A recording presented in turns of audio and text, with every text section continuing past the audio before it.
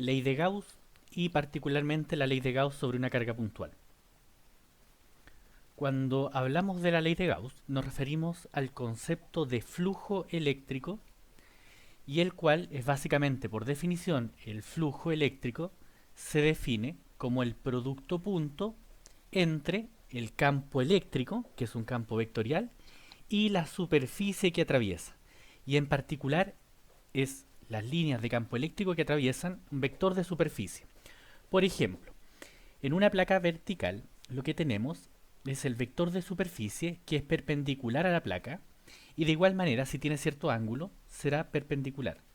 El vector de superficie siempre es un vector de magnitud igual a la superficie y cuya orientación está dirigida en sentido hacia la cara externa. En este caso el vector de superficie apunta hacia acá. En este caso el vector de superficie apunta con este ángulo respecto a la horizontal. Cuando hablamos del producto punto o el flujo eléctrico del campo eléctrico con el vector de superficie, podemos ir a la definición del producto punto entre dos vectores, el cual es la magnitud del primer vector por la magnitud del segundo vector por el coseno del ángulo entre ellos, donde esto sería θ. En el caso que tengamos una superficie con forma irregular, como por ejemplo con forma de papa, como esto que está a la izquierda, lo que tendremos son distintos elementos de superficie, distintos elementos que están siendo atravesados por un campo eléctrico. Aquí el vector campo eléctrico estará hacia acá, acá el vector campo eléctrico estará perpendicular,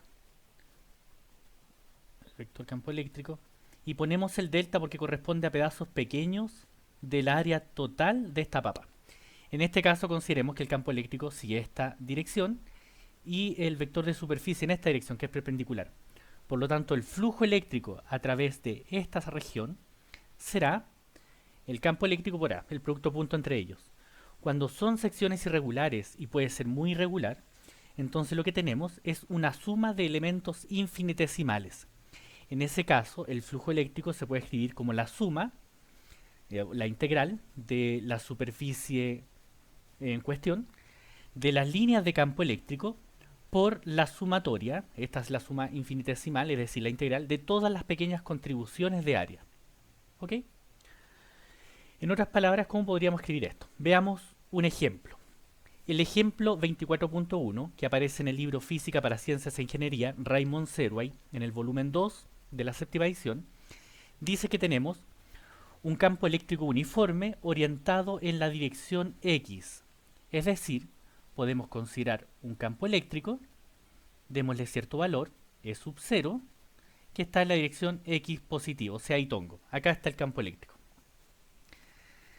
Determinar el flujo eléctrico neto a través de la superficie de un cubo con aristas L. Eso significa que esto es L, significa que esto es L y significa que esto también es L. Tenemos de arista L el cubo. Entonces lo primero, se puede considerar el área respecto a cada caso.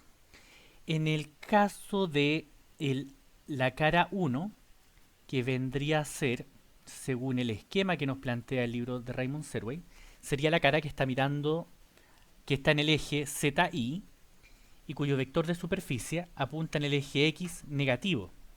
Es decir, podemos escribir el elemento pequeño de A sub I, el 1, será en la dirección y tongo por menos de A, porque apunta hacia el negativo. Como el área es L por L, tendremos de L cuadrado y tongo. Es el elemento pequeño de superficie. El flujo neto es igual al flujo total que atraviesa el cubo, y en este caso podemos considerar como la suma de todas las pequeñas contribuciones del flujo de cada una de las caras. Eso quiere decir la suma del flujo 1 de la cara 1, la suma del flujo 2 de la cara 2, y así sucesivamente de cada una de las caras del cubo. En el primer caso, podemos considerar el área total. Eso es el área total que está en la parte de atrás. Entonces tenemos, como el flujo se define, el flujo 1 se define como el campo eléctrico por la cara 1. el campo eléctrico lo podemos considerar como E sub 0 por I tongo, que está acá, por el área, el vector de superficie, que en ese caso el área es L cuadrado,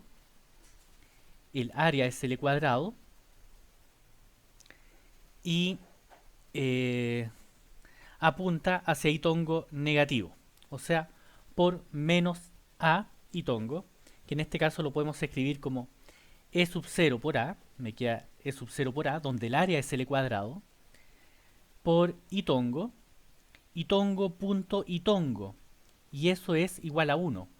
No olvidemos que cuando tenemos I tongo punto I tongo es igual a 1, y lo mismo ocurre cuando tenemos el mismo vector. J tongo punto J tongo igual a 1, K tongo punto K tongo igual a 1. Por lo tanto nos queda el negativo. Y en el caso del flujo 2, la cara 2 es la que está en el eje X hacia adelante. Es decir, esta cara se encuentra en el plano ZI, pero el vector de superficie, como es perpendicular a la superficie, y acá apunta, será E sub 0 I tongo por A sub I, que es el vector de superficie, y eso será L cuadrado E sub 0. Por otra parte, acá en realidad lo que estamos viendo sería, podemos considerar la suma de todos estos de A, eso me va a dar la suma de todos los de A individual, y eso me daría el L cuadrado, porque es la suma de todas las pequeñas contribuciones de esa cara. Entonces tenemos el flujo 1 de la cara 1, tenemos el flujo 2 de la cara 2. Flujo 1 de la cara 1, flujo 2 de la cara 2. ¿Qué pasa en la cara 3? Bueno, en la cara 3 lo que debemos hacer es lo mismo. Vamos a tener que el flujo en 3 va a ser el campo eléctrico que atraviesa esa cara por el vector de superficie 3, que en este caso sería el campo eléctrico, ya lo definimos delante, que viene dado por E sub 0 I tongo, que está planteado acá, y la cara A3 apunta, la cara A3 se encuentra, que es todo esto, se encuentra en el plano XZ, es decir, el vector de superficie, que es perpendicular, apunta en I tongo, hacia arriba positivo, o sea, E sub 0 por A, J tongo. Como el área es L cuadrado, base largo por ancho, me queda L cuadrado por eso, pero me queda I tongo punto J tongo. Y en ese caso recordemos que I tongo punto J tongo es igual a 0, J tongo punto K tongo es igual a 0, y K tongo punto I tongo es igual a 0, es decir, cualquier combinación que realice me da igual a 0. En otras palabras, ¿qué es lo que estamos diciendo? Que el flujo de campo eléctrico que está atravesando esta cara es igual a 0. Y eso lo podemos ver que justamente todas las líneas de campo eléctrico pasan rasantes sobre esa cara y no la atraviesan. Por lo tanto, esto es igual a 0. Y eso viene matemáticamente a partir del producto punto entre direcciones distintas. Lo mismo va a ocurrir cada vez que tenga otras direcciones, es decir, lo mismo ocurre con la cara de abajo y con las caras laterales. Es decir, al sumar, simplemente sumamos la cara, el flujo que ingresa por el flujo que sale, es decir, el flujo total a través del cubo será igual a 0. Y eso viene dado que todo el campo que está entrando está saliendo. Entonces nos podríamos preguntar cómo podría ser para que el flujo fuera distinto de 0. Entonces nos podría llevar a orientar a que deberíamos encerrar una carga y no estar una superficie en el exterior. Esto nos lleva a un concepto que se llama ley de Gauss, donde la ley de Gauss relaciona el flujo neto que atraviesa una superficie cerrada y la carga que está al interior. Es decir, lo que dice Gauss es que el flujo total va a ser igual a la carga total partido por la permitividad, considerando que esto está en el vacío, en ese caso permitividad del espacio libre en el vacío.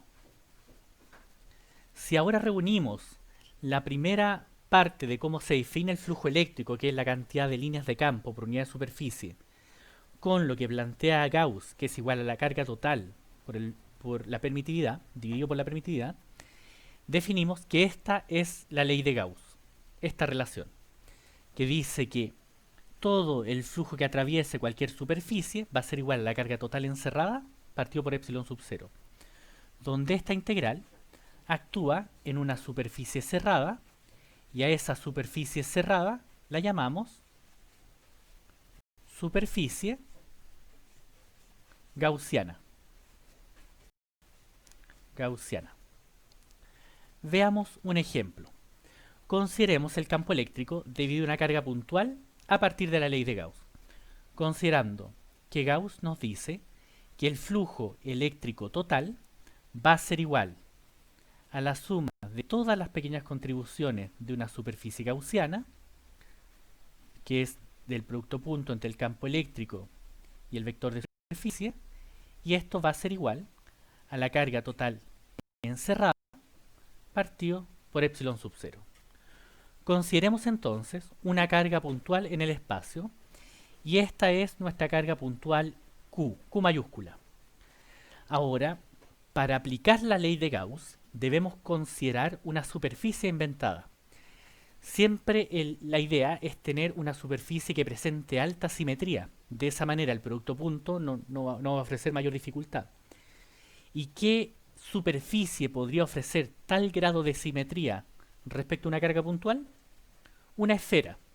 Por lo tanto, vamos a considerar esta esfera, que es la superficie gaussiana, que está encerrando la carga. Consideremos una esfera de radio R, y esta es nuestra superficie gaussiana, que es justamente una esfera. Entonces ahora, ¿qué es lo que podemos escribir? Bueno, tenemos el producto punto entre dos vectores, o sea, podemos escribir que el vector del vector de superficie gaussiana será el módulo del campo eléctrico por el módulo de los elementos que hay que sumar del vector de superficie por coseno teta. Y eso va a ser igual a la carga total encerrada, perdón, la carga total encerrada es esta. Esa carga está encerrada por la superficie gaussiana, que será Q, partido por epsilon sub 0. Ahora, si vemos que en cada punto desde la carga, perdón, desde la carga sale campo eléctrico en todas direcciones de manera simétrica, vamos a tener algo como esto. Tenemos que sale la línea de campo de manera simétrica en todas direcciones.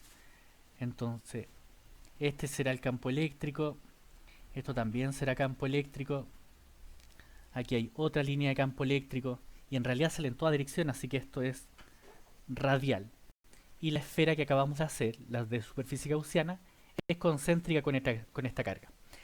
Pero en cada parte de la superficie gaussiana tenemos pequeñas contribuciones y podemos considerar que este es el vector de superficie en ese lado. Acá, otro lado perpendicular, consideramos que acá está el vector de superficie. Ahora esos son vectores de superficie pequeños, son d sub a. Estos son d sub a. Acá otro d sub a. Y así va a ocurrir en cada segmento que consideremos desde la esfera o puede salir. En cada parte que tengamos una línea de campo, tenemos un elemento de superficie que es perpendicular a esa línea de campo. Y eso se da por el alto grado de simetría que presenta una esfera concéntrica respecto a la carga. Por lo tanto, el ángulo entre la línea de campo eléctrico y el vector de superficie será 0. Y el coseno de 0 es igual a 1. Por lo tanto, podemos escribir que esto simplemente va a ser el campo eléctrico por el vector de superficie, por el elemento, superficie gaussiana, por la carga encerrada que es Q partido por epsilon sub 0. Por otro lado, el campo eléctrico va a ser uniforme en toda la esfera y eso debido a que es una esfera concéntrica. Entonces podemos sacar el campo eléctrico de la integral y tenemos la suma de la superficie gaussiana, que es una superficie cerrada, de todos los elementos infinitesimales alrededor de la esfera. Pero ese resultado lo conocemos. Imaginemos que hacemos muchos de A. todos son infinitesimales, así que todos son de A, de A, de A. Si sumamos todos los elementos infinitesimales a lo largo de toda esta esfera, conocemos el resultado. Eso significa que el campo eléctrico me va a dar la suma de todos los elementos infinitesimales corresponden precisamente al área de la esfera. Y eso es 4 pi r cuadrado, y esto es q partido por epsilon sub 0. Eso implica que el campo eléctrico de la carga puntual a partir de los principios de la ley de Gauss será q partido por 4 pi r cuadrado epsilon sub 0. Si quisiéramos escribir el vector campo eléctrico, podríamos simplemente sacar el absoluto y la magnitud del campo y poner un r tongo, donde el campo es radial en todas las direcciones de manera simétrica.